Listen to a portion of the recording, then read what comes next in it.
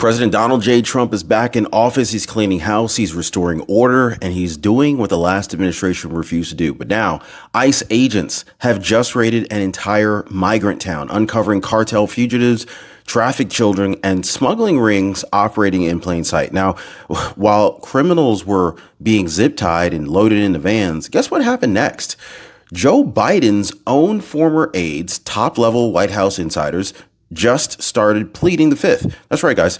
The very people who were signing executive orders, managing access to Biden, and shaping national security policy are now refusing to answer a single question under oath. So the question is, what are they hiding? Because let me be absolutely clear. ICE didn't just stumble onto this, okay? This was the inevitable result of policies created under Joe Biden's so-called leadership. And now the GOP is demanding criminal arrests for everyone who's involved. Now, stick with me, guys.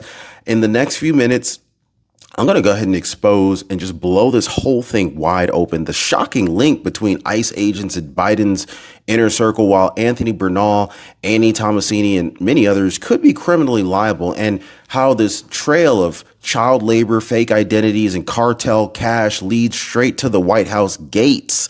This is way bigger than just illegal immigration, guys. This is about corruption, cover-ups, and all sorts of coordinated betrayal of the American people. And now it is finally coming undone. Now, just days ago, ICE, under the restored authority of President Donald J. Trump, executed what agents are now calling one of the largest tactical enforcement sweeps in recent memory. An entire migrant suburb located in a self-declared sanctuary community was emptied in under 2 hours. And this wasn't just a couple of people here and there that are just here to work. No, what ICE uncovered was way darker than that. They found known MS-13 gang members, one who had recently served 20 years in a Salvadorian prison for murder, child labor violations, that are so extreme that even one agent actually called the conditions modern day slavery. And multiple individuals had already been deported 3, 4, even 5 times under previous ICE orders. But for whatever reason, they were allowed back in thanks to Biden era loopholes. Now, think about that, guys. Let that sink in. They were previously removed from the country and they still got back in again and again.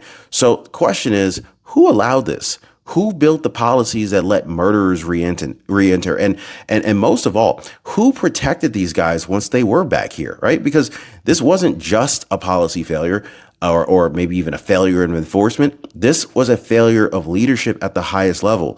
Now, here's where things take an even darker turn. Guys, just days after these ICE raids made headlines, the people who worked closest to Joe Biden, the very individuals who managed his health, his decisions, and possibly even his signature, they started lowering up. Okay, so we're talking Anthony Bernal, Jill Biden's right-hand man, Annie Tomasini, the former deputy of chief of staff, and of course, his own doctor, Dr. Kevin O'Connor, Joe Biden's personal physician. Now, all three have now pleaded the fifth before the House Oversight Committee. What they're refusing to answer are questions about Biden's mental capacity during his presidency, who was actually signing executive orders, and whether any of them enabled or concealed the crisis at the border.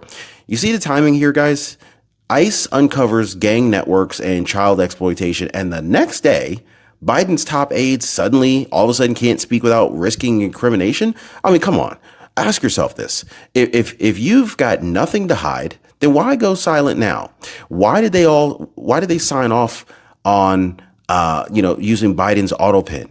And more importantly, what did they sign off on? What did they cover up? And most importantly, where were they complicit in allowing these cartels and traffickers to flourish just to kind of keep up with the illusion that Biden was in charge? Is that what happened? Because the American people, we had enough. And this is only the beginning. Now, I don't know who needs to hear this today, but if your Medicare plan costs too much or it gives you too little, you have options. Now, I partnered with Chapter because they cut through the confusion and the results speak for themselves. Leslie Taylor, she told us she saved $1,000 per year after switching. Sharon Bertusik, she got kicked off of Medicaid, but Chapter found her a new plan with 0 premiums, 0 medication costs, and reduced her copay from $89 to just $20. That is real money back in your pocket. Do not wait another year wondering if you're on the best plan, guys. It's a free call, and it could be probably the most profitable call you make all year. Give our friends a chapter call right now. Phone number's down below, 909-563-8279, or visit them at askchapter.org/Ron and talk to a licensed expert who works for you, not for the insurance companies. I left you guys a link in the pinned comment down below. So here's where everything unravels. I mean, you've heard whispers about it before, but now congressional investigators, they're confirming it. The Autopen was used repeatedly to authorize major U.S. policies, including pardons. Now think about that, guys. Presidential pardons, executive orders, foreign policy directives, all rubber stamped by a machine. Meanwhile, Biden's own staff shielded from public view. So who had access to that Autopen?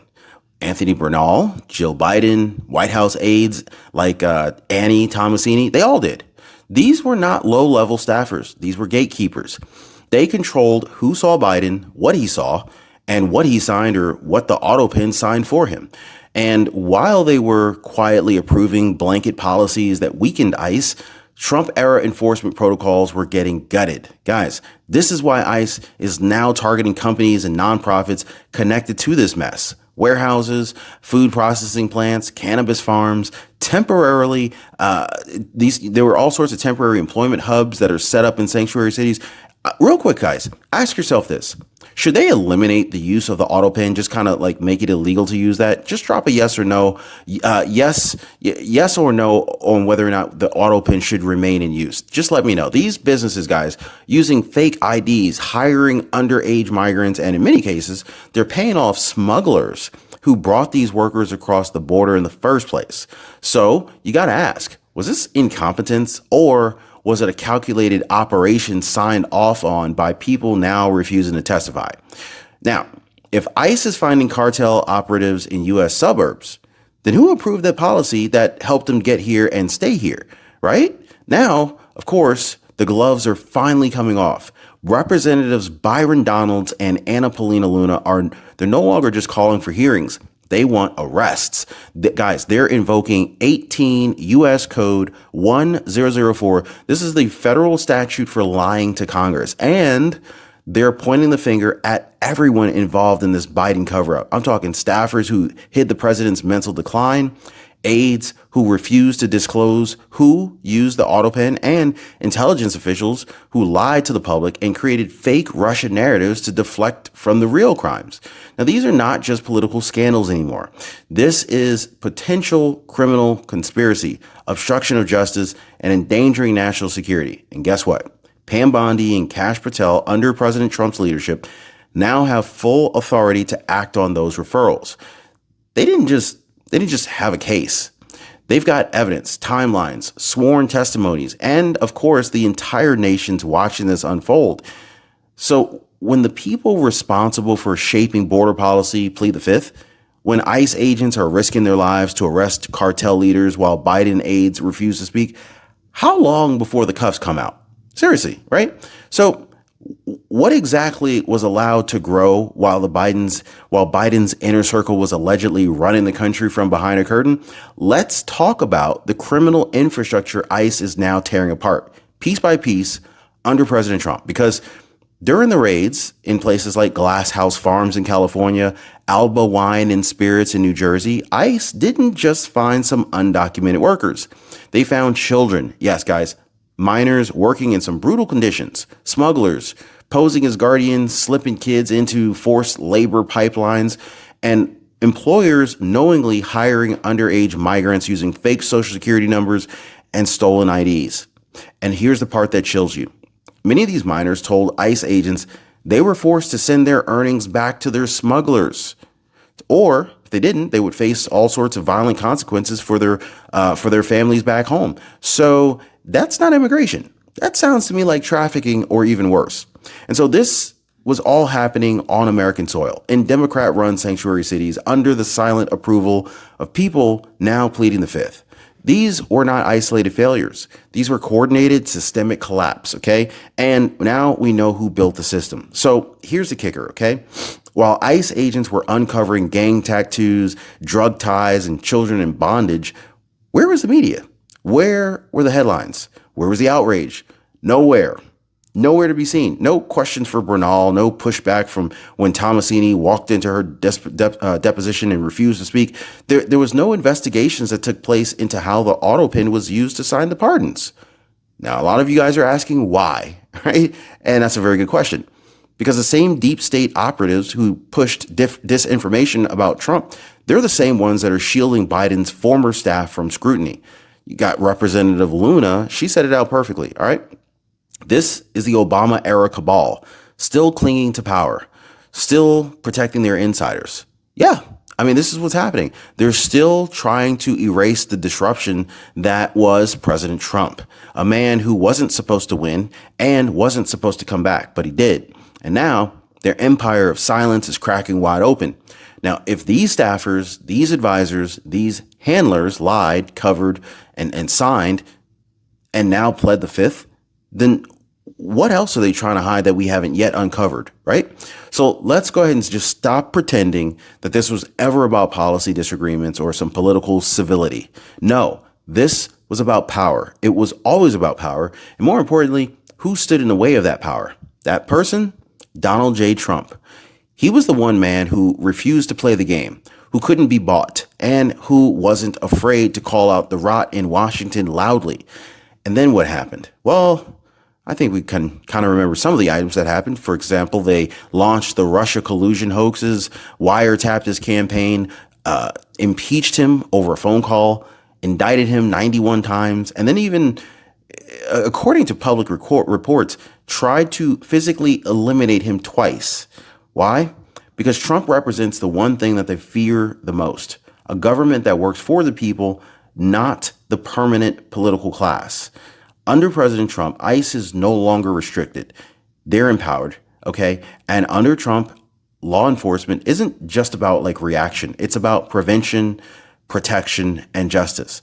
And that's exactly why the radical establishment, the media elite and Biden's former handlers did everything in their power to stop him. But they failed miserably because now Trump is back. And every ICE raid, every cartel takedown, every arrest tied to a former Biden policy is a threat, a direct threat to the legacy that they spent years protecting with lies, red tape, and silence. They tried everything to keep him out. But now that he's back, how deep does the rabbit hole go?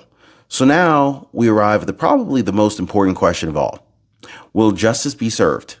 Will Pam Bondi and Kash Patel, now empowered under Trump's administration, bring indictments? Will those who signed illegal orders with an Autopen, refuse to testify under oath, and allowed criminals to cross our border unchecked face real consequences? Because the American people are watching. They're watching ICE raid buildings while Biden staffers hide in legal silence. They're watching child labor rings uncovered while CNN runs segments about nothing to see here. You see what I'm saying here, guys?